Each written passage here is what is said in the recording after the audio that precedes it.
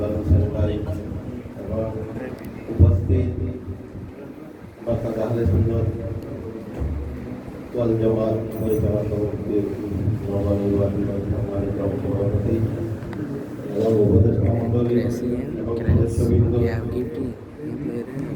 রাজধানী আবুধাবি শাখার কর্মকর্তাবৃন্দ এবং আহলে সুন্নাত ওয়াল জামাতের সকল কর্মকর্তাবৃন্দ,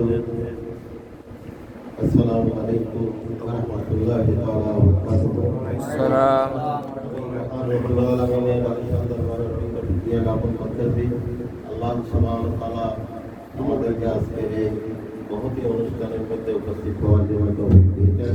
আমিন। হযরত সরকারে দো আলম সাল্লাল্লাহু তাআলা আলাইহি ওয়াসাল্লামের বারগায়ে রিসালাতের মধ্যে অসংখ্য দরুদ সালাত এবং সালাম প্রেরণ করতেছি।